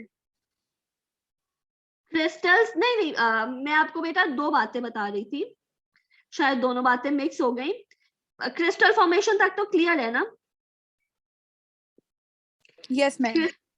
क्रिस्टल फॉर्मेशन के बाद न्यूट्रोफिल हमारे ब्लड में होते हैं। न्यूट्रोफिल इन क्रिस्टल्स को एनगल्फ कर लेगा। जब ये क्रिस्टल न्यूट्रोफिल के अंदर चले जाएंगे तो न्यूट्रोफिल के अंदर है लिसोसोम। लिसोसोम इनको एनगल्फ करेगा और इनकी फैगोसाइटोसिस कर लेगा। फैगोसाइटोसिस के बाद ये अवेलेबल नहीं होंगे, विच मीन्स के यूरिक एसिड ही जो है डाइजेस्ट हो गया, हमारी बॉडी में मेटाबोलाइज हो गया, बस अब एक्सक्रीट हो जाएगा। लेकिन अगर किसी कंडीशन में अगर किसी की बॉडी में ल्यूकोट्राइन ज्यादा रिलीज हो गए हैं तो ये अब सेकंड कंडीशन है। जब ल्यूकोट्राइन ज्यादा रिलीज हो गए हैं तो फिर क्या होगा कि न्यूट्रोफिल ने इनगल्फ तो किया हुआ है उसको, क्रिस्टल्स को, लिसोसोम ने भी इनगल्फ किया हुआ है, लेकिन अगर ल्यूकोट्राइन की रिलीज ज्यादा होगी तो लिसोसोम रप्चर हो जाएंगे। ये ल्यूकोट्राइन लिसोसोम को रप्चर कर देंगे। जब लिसोसोम रप्चर हो जाएंगे तो इनके अंदर जो जो चीजें थी वो रिलीज हो जाएंगी, और लिसोसोम के अंदर थे क्रिस्टल से यूरिक एसिड के, वो यूरिक एसिड के क्रिस्टल भी रिलीज हो जाएंगे लिसोसोम से और न्यूट्रोफिल में से निकल आएंगे। जब वो न्यूट्रोफिल में से निकल आएंगे तो वो डिपॉजिट हो जाएंगे जॉइंट के पास और वहां पे इन्फ्लेमेशन कॉज कर देंगे। इस इन्फ्लेमेशन को, जो कि यूरिक एसिड के डिपोजिशन की वजह से हो, गाउट कहते हैं। क्लियर? मैम ये जो यूरिक एसिड जो हमारे टॉ में डिपॉजिट हो रहा है, ये किसी और जॉइंट में भी हो सकता है? ये किसी और में भी हो सकता है, लेकिन ज्यादा इसकी जो है ये टो में होता है, ये हाथों में होता है बहुत कॉमन। इसको गाउटी आर्थराइटिस भी कहते हैं। किसी और में भी हो सकता है, लेकिन इसकी चूंकि ज्यादातर डेपोजिशन टो में होती है, दैट इज व्हाई मैंने इसको टो का कहा। अदरवाइज नो डाउट ये बाकी जगहों पे भी, ये हाथों में हो सकता है, ये उंगलियों में हो सकता है, फिलेंजेस में, ये कहीं पे भी बाकी जॉइंट्स में भी हो सकता है, लेकिन होता ये जॉइंट पे है। तो मैम गाउट इसको नेम स्पेसिफिकली टो में एक्यूमुलेट डिपॉजिट होने की वजह से दिया हुआ है? नहीं, ये गाउट इसलिए नेम दिया हुआ है क्योंकि ज्यादातर ये डिपॉजिट यहाँ पे होता है, सिर्फ टो में होने की वजह से नहीं, बट चूंकि ज्यादातर ये यहाँ पे होता है। टो में, टो के अलावा एंकल में भी हो सकता है ये, ठीक है, बट मेजोरिटी जो है, मोर देन 80% केसेस में ये डिपोजिशन इसकी टो में होती है। आप इसको स्पेसिफिसिटी कह लें, आप इसको अट्रैक्टिवनेस इसकी कह लें, बट ज्यादा डिपॉजिट ये टो में होता है। अगर एक्यूट से निकल के क्रोनिक फेज में चला जाए तो टो के साथ साथ उंगलियों में भी हो सकते हैं। आप देखिए क्रोनिक फेज में क्या है कि क्रिस्टल ज्यादा होते जा रहे हैं, होते जा रहे हैं, होते जा रहे हैं, तो टो में तो एक लिमिट आ सकती है ना, एक पर्टिकुलर अमाउंट आ सकती है, उसके बाद क्या है, टो में से निकल के एंकल में जाके हो सकते हैं, एंकल से निकल के उंगलियों में हो सकते हैं, मतलब टो में भी हो गया, एंकल में भी हो गया, उंगलियों में भी हो गया, फ्लेंजेस में, एंकल में, इस तरह से हर जगह जा सकते हैं। इट डिपेंड्स के कितने, इज इट क्रोनिक और is it acute. Acute inflammation के केस में ये ज्यादातर टो में होता है, लेकिन क्रोनिक के केस में टो से निकल के बाकी जगहों पे आप स्प्रेड कह लें, यहाँ पे बाकी जगहों पे भी इसकी प्रोबेबिलिटी बढ़ जाती है। मैम अगर इसकी कंप्लीट अगर एक बार एक जॉइंट में हुआ है, फेगोसाइटोसिस सही तरीके से नहीं हो रही, तो ये ऐसा हो सकता है कि ये दूसरे जॉइंट्स को भी इफेक्ट करे साथ साथ? नहीं, जब तक ये वहां पे जाके डिपॉजिट नहीं होगा तब तक ये दूसरे जॉइंट्स को इफेक्ट नहीं कर सकता। इफ ये वहां पे जाके डिपॉजिट हो तब ये इफेक्ट कर सकता है, अदरवाइज नहीं। मैम नॉर्मल का क्या फंक्शन है, क्योंकि हमने पढ़ा ना ल्यूकोट्राइन रिलीज होंगे। हाँ जी, ल्यूकोट्राइन रिलीज होंगे, जब ज्यादा रिलीज होंगे तो उसके बाद वो क्रिस्टल्स निकल आएंगे। नॉर्मल ल्यूकोट्राइन्स का क्या फंक्शन है?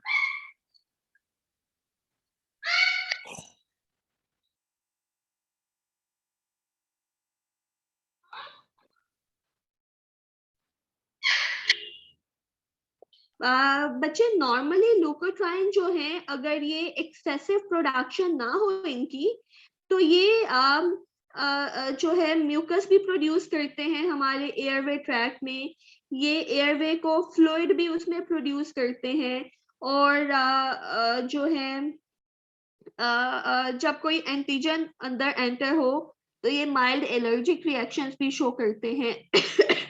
Leukotrienes are actually inflammatory mediators, जो कि नॉर्मल अगर लो डोजेस में हो तब ये इन्फ्लेमेशन कोज नहीं करते हैं, बिकॉज तब ये बेसिकली एयरवेज की जो है टाइटनिंग करते हैं, या एयरवेज में फ्लूइड प्रोडक्शन, म्यूकस प्रोडक्शन करते हैं।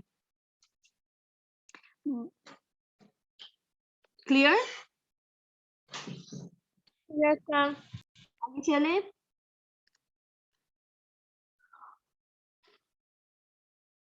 Okay, gout is a metabolic disorder characterized by high level of uric acid in blood, which is hyperuricemia. But hyperuricemia is not gout, I repeated. Hyperuricemia can lead to deposition of sodium urate crystal in tissue. जब तक ये deposition ना हो, अगर just hyperuricemia रहे, तब gout नहीं होगा।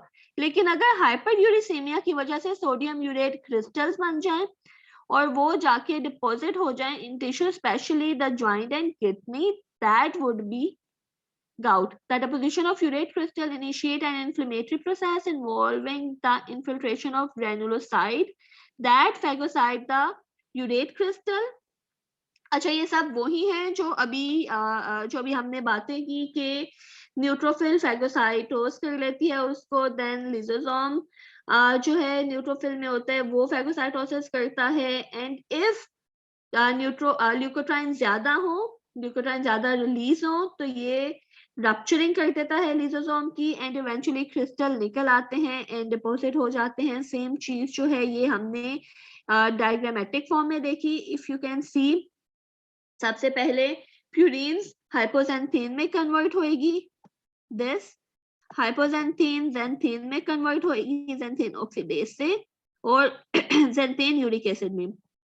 ये यूरिक एसिड जो है ये चला जाएगा न्यूट्रोफिल में जिसके अंदर लिजोसोम है, और नॉर्मली ये इस लिजोसोम के अंदर जाके हाइड्रोलिसिस इसकी हो जाएगी।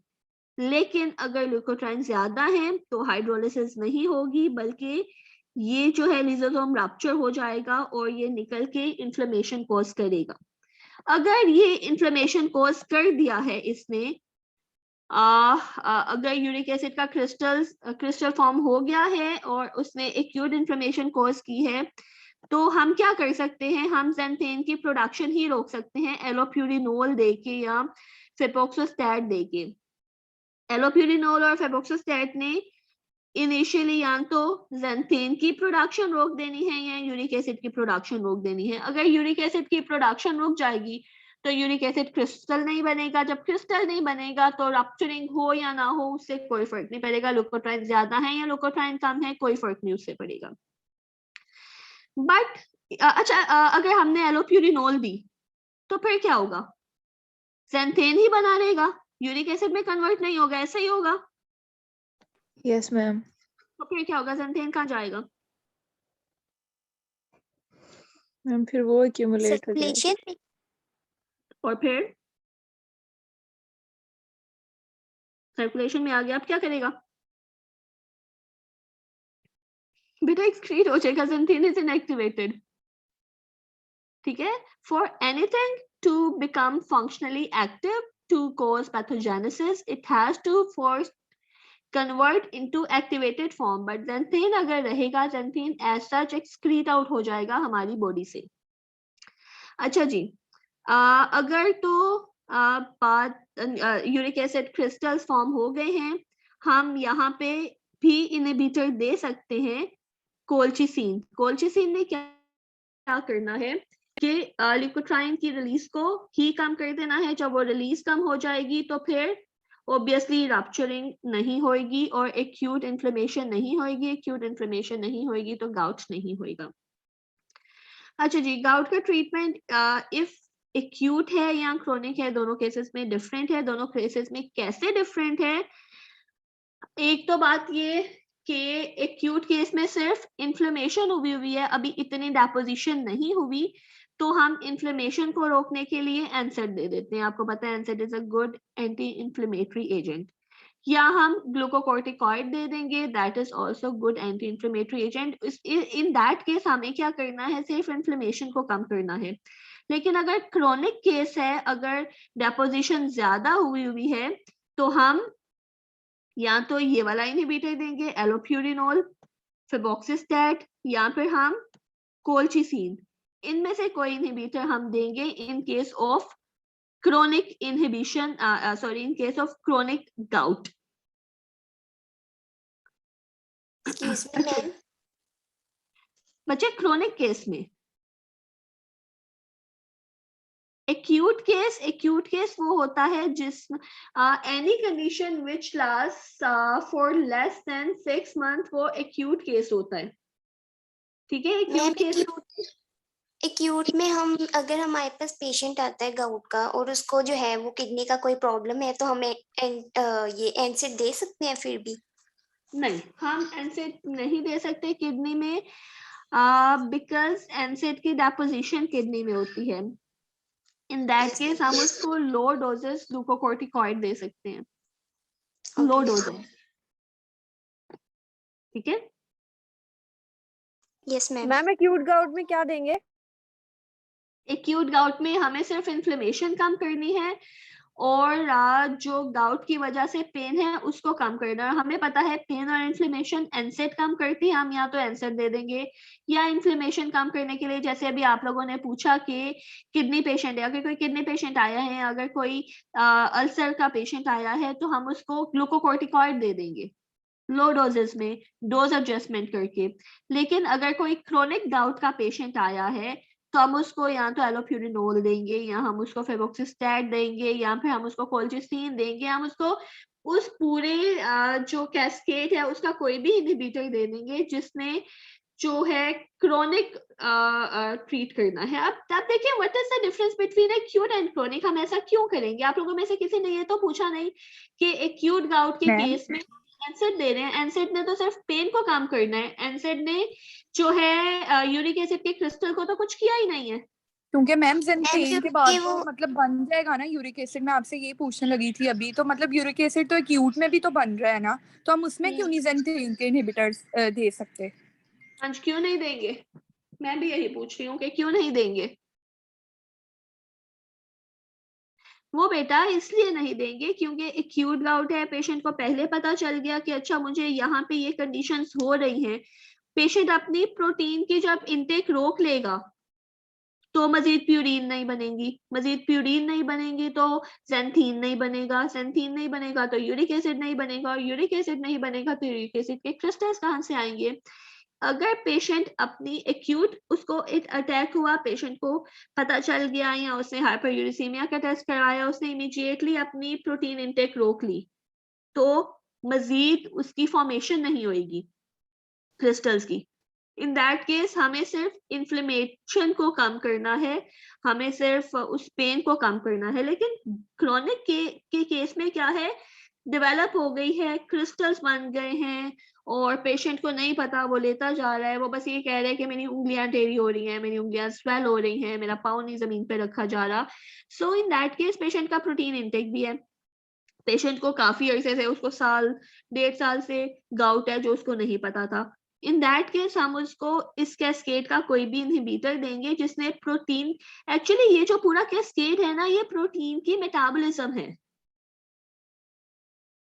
ठीक है। हमारी बॉडी में प्रोटीन ने ब्रेक डाउन होके यूरिक एसिड बनाना है, तो हमने उस ब्रेक डाउन के उस कैस्केड को रोकना है, हम एक्चुअली उस कैस्केड को रोकेंगे, राइट? Yes ma'am. अच्छा मुझे बताएं 1.5 आवर के बाद ये खुद ब खुद डिस्कनेक्ट तो नहीं होगा Zoom? No ma'am, because I have not taken class अपने स्केड्यूल टाइम से कभी भी ज्यादा। मैम अगर मीटिंग का टाइम जो है वो उतना है तो फिर मीटिंग एंड हो जाती है। ओके, फिर हम जल्दी से देख लेते हैं। Okay, we have last slide. Colchicine, colchicine ने क्या करना होता है, it bind to tubulin, a microtubular protein, causing its depolarization. This disrupts cellular function such as mobility of neutrophil. And if you guys remember, neutrophil के अंदर lysosomes थे जिन्होंने phagocytosis करना था यूरिक एसिड क्रिस्टल्स का। जब न्यूट्रोफिल की mobility effect होगी, then it would decrease their migration into inflamed joint, thereby causing block cell division by binding to mitotic spindles.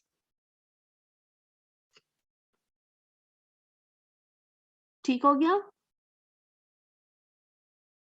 Therapeutically, colchicine, this is particularly for gout, बहुत ज्यादा use होने वाली drug है जो specifically हमारे community में use होती है।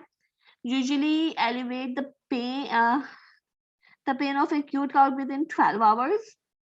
NSAIDs have largely replaced colchicine in the treatment of acute gouty attack. For safety reason, colchicine is also used as a prophylactic agent to prevent acute attack of gout in patient initiating urate lowering therapy. Right? Only in patient which has initiated urate lowering therapy. वही बात आ गई कि अगर patient ने खुद ब खुद अपनी जो है प्रोटीन को कट डाउन कर लिया है तब नहीं होगा, तब हम सिर्फ उसको एनसेड दे सकते हैं। But if the patient is on urate lowering therapy तो फिर हम उसको कोल्चिसिन के साथ एनसेड भी देंगे for acute attack. It is administered orally, rapidly absorb from GIT। अच्छा, अगर ओरली एडमिनिस्टर्ड है तो इसका कोई एक पर्टिकुलर साइड इफेक्ट मुझे जल्दी से बताएं। ओरली एडमिनिस्टर्ड ड्रग्स का साइड इफेक्ट क्या होता है? वो एब्जॉर्प्शन कंप्लीटली नहीं होती। नोज़िया, वॉमिटिंग आ रही है। मैम स्टमक के जो एसिड्स होते हैं वो अटैक करते हैं ज्यादा। मैम हेपेटिक साइड नहीं हो सकते। साइड इफेक्ट जितने भी ओरली टैबलेट्स हैं, ओरल मेडिसिन हैं जो हम स्टमक में हमारे पहले जाते हैं, नोजिया, वॉमिटिंग, डायरिया, ठीक है। ये 3 जो साइड इफेक्ट्स हैं, एडवर्स इफेक्ट्स हैं उन ड्रग्स के हैं जो हम ओरली लेते हैं। Colchicine is metabolized by hepatic cytochrome P450 3F4 and other tissues. It undergo enterohepatic recirculation and exhibit high interpatient variability in the elimination half-life. A portion of the drug is excreted unchanged in the urine. अच्छा, ये enterohepatic recirculation भी इसकी होती है. What is enterohepatic recirculation? Which means कि जो unmetabolized drug है वो दोबारा circulation में आ जाती है, re-enter हो जाती है circulation में. उसकी वजह से patient to patient जो है इसकी effects, इसकी specifically elimination vary करती है, because हेपेटिक सर्कुलेशन के बाद ड्रग की मेटाबॉलिज्म होती है और ड्रग की मेटाबॉलिज्म के बाद ड्रग ने इमीडिएटली एक्सक्रीट आउट होना होता है. लेकिन चूंकि इसकी एंटेरोहेपेटिक सर्कुलेशन हो रही है तो उसकी वजह से इसमें जो है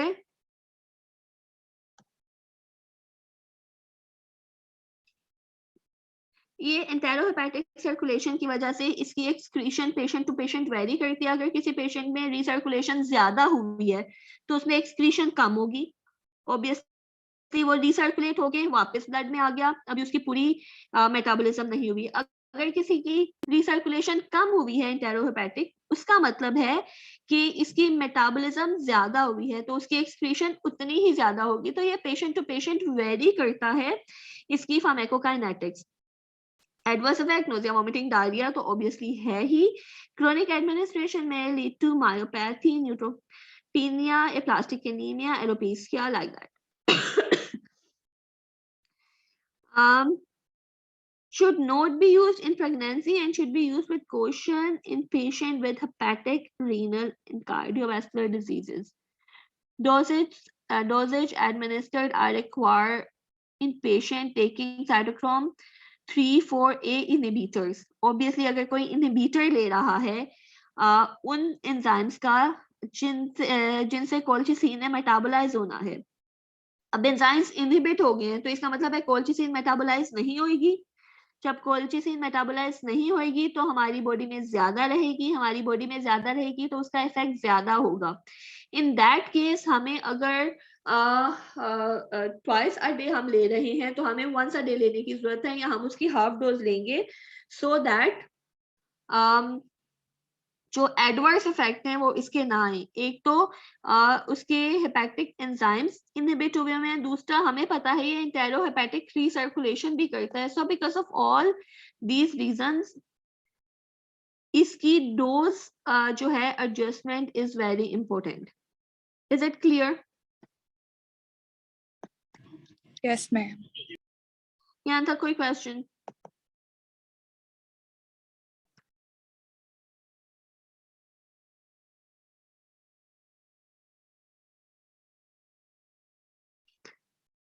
अच्छा जी, नेक्स्ट हमारा इंशाल्लाह मंडे को होगा.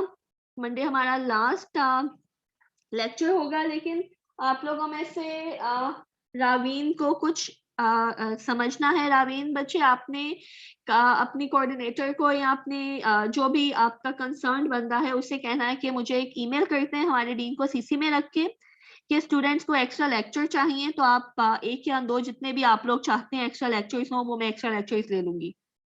राइट? लेकिन मैं एचआर को भी बता चुकी हूँ, मैंने 3 लेक्चर्स लेने थे और मैं अपने डीन को भी बता चुकी हूँ. तो मैं अब अगर लेक्चर लूंगी तो वो उस ईमेल पे लूंगी जो मुझे आपकी उसकी तरफ से आएंगे. यहाँ तक कोई प्रॉब्लम? मैम फाइनल में कितने चैप्टर्स हैं? बच्चे फाइनल में हमने मिड के बाद जितने किए हैं वो सब हैं. सिर्फ उसमें आपकी असाइनमेंट वाला चैप्टर इंक्लूड नहीं है जिसमें लोकल और जनरल एनेस्थीसिया है. बाकी उसमें adrenergic agonist, adrenergic antagonist, hypertension और 2 हमने पेन एंड इन्फ्लेमेशन के किए हैं लेक्चर्स. ठीक है, ये सारे आप स्लाइड से ही कर सकते हैं क्योंकि मैंने कंसाइज करके इसमें लिखा है. आप लोग चाहें तो ऑब्वियसली बुक भी कंसल्ट कर सकते हैं. I will be very happy अगर आप लोग बुक कंसल्ट करेंगे. But if you guys don't want to consult your book तो आप ये स्लाइड्स वाला मटेरियल भी कर सकते हैं. अस्सलाम वालेकुम मैम, अपलोड कर दीजिएगा. हम जी अच्छी हो. अपलोड मैं नहीं कर सकती क्योंकि मैं अपने सिस्टम से एलएमएस को नहीं एक्सेस कर सकती अनलेस मैं अपना यूनिवर्सिटी का सिस्टम यूज करूं। तो मैं आप लोगों मैम को मेल कर दें आप हमें। मैं ईमेल ही करूंगी आप लोगों को। और मैम रिकॉर्डिंग्स भी। हाँ जी, वो मैंने लास्ट टाइम मैंने रिकॉर्डिंग नहीं इस बार ऑन की थी, आप लोगों ने मुझे याद नहीं करवाया। मैम ऊपर लास्ट हो टाइम रही है रिकॉर्डिंग। हो रही थी रिकॉर्डिंग क्योंकि जी मैंने हो ऑन रही नहीं। ओके ठीक है, फिर मैं आपको सेंड कर दूंगी। मैम कर दीजिएगा लेक्चर्स भी। मैम जी बच्चे। मैम एक स्टूडेंट थी हमारे सेक्शन की, तो वो कह रही थी उनकी असाइनमेंट रहती है, तो वो वाइवा वाले दिन सबमिट करवा सकती हैं या अब एक्सेप्ट नहीं ये होंगी? वो कौन स्टूडेंट है और उसकी असाइनमेंट अभी तक क्यों रहती है, पहले तो मुझे ये बताइए। मैम इनका नाम नेमल है, पता नहीं, मैं वो कहती मैं बीमार थी तो मैं नहीं गई थी यूनिवर्सिटी, तो मेरी रह गई है। नेमल, तो ये किस ई सेक्शन की है? जी मैम। ये अबाय वाली राइट? मैम मुझे खुद नहीं पता, नहीं देखा मैंने। आप उनसे कहें कि मुझे बताएं पहले या आपको बता दें या मुझे ईमेल कर दें कि उन्होंने अभी तक असाइनमेंट क्यों नहीं ली। वैलिड रीजन पे बच्चों मैं असाइनमेंट लूंगी, अगर वैसे ही नहीं दी मुझे पहले तो मैं अब असाइनमेंट नहीं लूंगी। जी मैम, मैं उन्हें कह देती हूँ कि मेल कर दें आपको। हो चुकी है तो मैं अब दोबारा से किसी की असाइनमेंट नहीं ले रही अगर वैलिड रीजन नहीं है तो। जी मैम। पर पैटर्न क्या होगा? किसका बच्चे?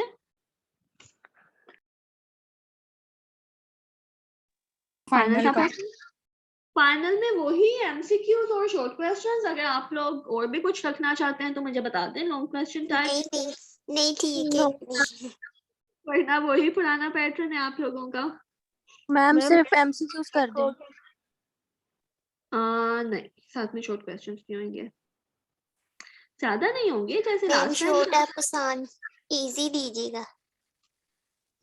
बच्चे ऐसा नहीं चलता, आप लोग पढ़े आपको आसान लगेंगे।